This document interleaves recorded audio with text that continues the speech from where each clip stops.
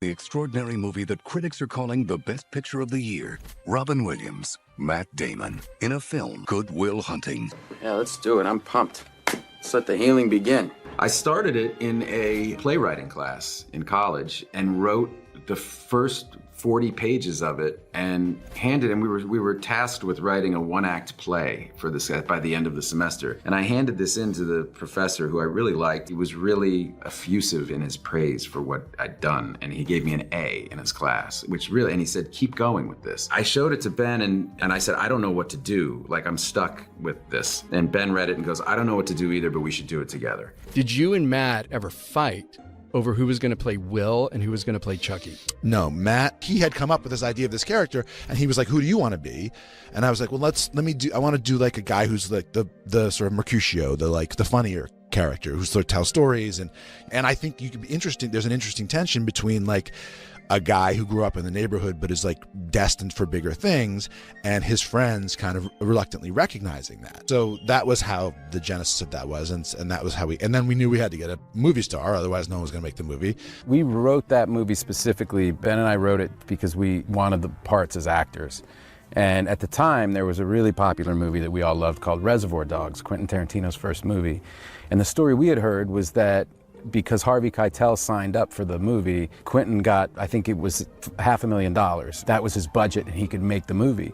And so we wrote that part that Robin eventually took. We called it the Harvey Keitel part, looking for an actor who could get us money, because Ben and I wanted to star in the movie and we knew we were worth nothing.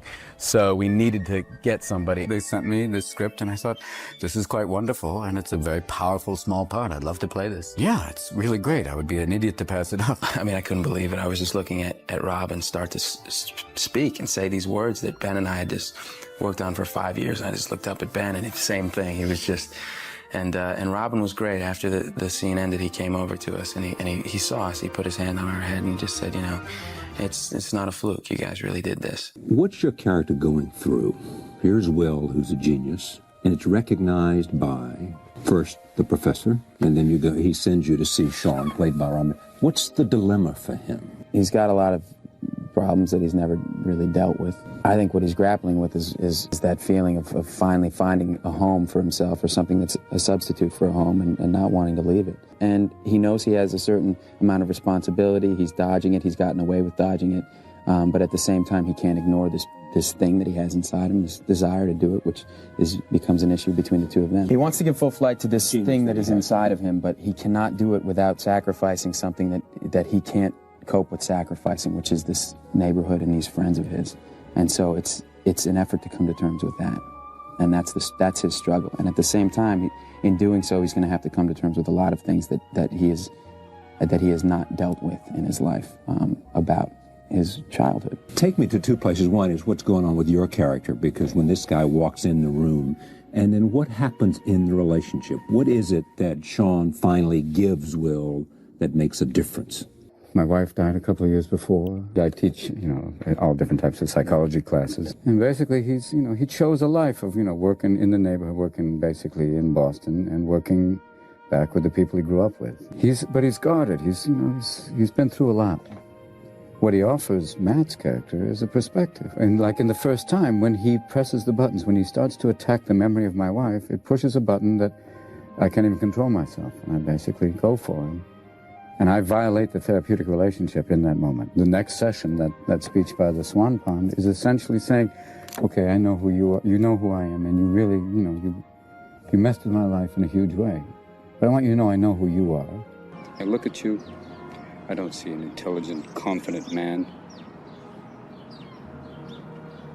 I see a cocky, scared, shitless kid. But you're a genius, Will. No one denies that. No one could possibly understand the depths of you. And I know you need some help. And if you want to work on it, I'd love to help you. But it's up to you. I can't learn anything from you. I can't read in some fucking book. Unless you want to talk about you, who you are. Then I'm fascinated. I'm in. People say there's something very powerful about that. It has an emotional core that I think people are desperate for sometimes. You've never held your best friend's head in your lap and watch him gasp his last breath looking to you for help. And then it just begins, this process of the two of them just talking, you know. First couple of times they don't even talk. And then it works to a point where finally we start, I have to kind of tell him, we ask him a few questions and he tells things and we start to work. And then I start sharing a little bit of myself. You have a really big scene with Robin Williams that is so powerful. It's not your fault. Hey, don't fuck with me, all right? Don't fuck with me, Sean, not you. It's not your fault. And what it was like working with Robin in that. Yeah, Robin was extraordinarily supportive. And those scenes are always very hard to do because, you're getting very emotional and it's hard to do it with someone unless you trust them, and Robin was like just, such a champ the whole time. I mean, he's this brilliant actor, this brilliant comedian, and just a stand-up guy too. Just a really good man, just a real family man, and it's somebody that you could trust to do a scene like that. The last line of that movie, he reads a letter from me and he says, "Son of a bitch, he stole my line." That wasn't scripted. Robin just did that. He just kind of took that moment. And I remember when he said, "Son of a bitch, he stole my line," I grabbed Gus's shoulders, and I felt him tense up. Like, we both knew. We were like, holy shit, like, what a line. Like, how did we not think of that? Like, that is great. So obviously, it was, the whole movie was leading to that line. Do you look for this kind of role because it gives some balance to the kinds of things that you're going to do? Yeah, because I love being a supporting part. For me, a supporting role is extraordinary for me because it's two things. It takes the pressure off, but it's also being part of an ensemble. No, it's a wonderfully complex character, but there's an interaction between our characters where as much as I'm working on him, he's reaching me. Some people said it's a father-son relationship, and it has all these different aspects, which makes it worth doing. I mean, that's when I read it, I went, this is extraordinary. Look, you're my best friend, so don't take this the wrong way. In 20 years, if you're still living here, coming over my house to watch the Patriots game, still working construction, I'll fucking kill you. That's not a threat, That's a fact. I'll fucking kill you. What the fuck are you talking about? Look, you got something none of us have. Oh, come on. Why is it always this? I mean, I fucking owe it to myself to do this or that. What if I don't want to? No. I love that scene just because it's an intimate scene between two men, basically, telling, that he basically says, how much he cares about him and what he wants for him. And when he's saying, if you don't do this, no, it's not just, it's for you, it's for me. That pride. You owe it to me. Because tomorrow I'm going to wake up and I'll be 50. And I'll still be doing this shit. And that's all right, that's fine. I mean, you're sitting on a winning lottery ticket. You're too much of a pussy to cash it in. And that's bullshit.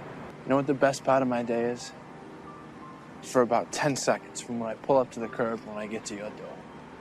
Because I think maybe I'll get up there and I'll knock on the door and you won't be there. No goodbye, no see you later, no nothing.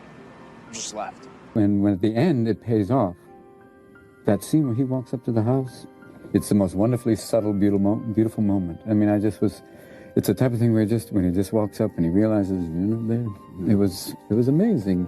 This relationship between you and Ben is a kind of, he busts you and you bust him back. There's a little bit of that, a lot of that. It's the nature of two guys growing up together. Yeah. But there's also this thing that we're talking about, we just saw in the scene. Is that there? Is that who the two of you are in terms of to each other? Oh, yeah. I'd lay down in traffic for the guy. I mean, he's my best pal. I'd pretty much do anything for him. So yeah, I mean, it's a great friendship. I can't imagine a better way to make a movie and do something I'd love to do that much than with Ben. And the Oscar goes to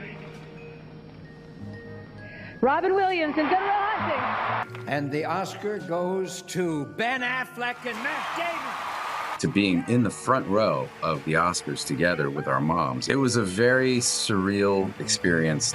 Matt Damon and Ben Affleck are childhood friends.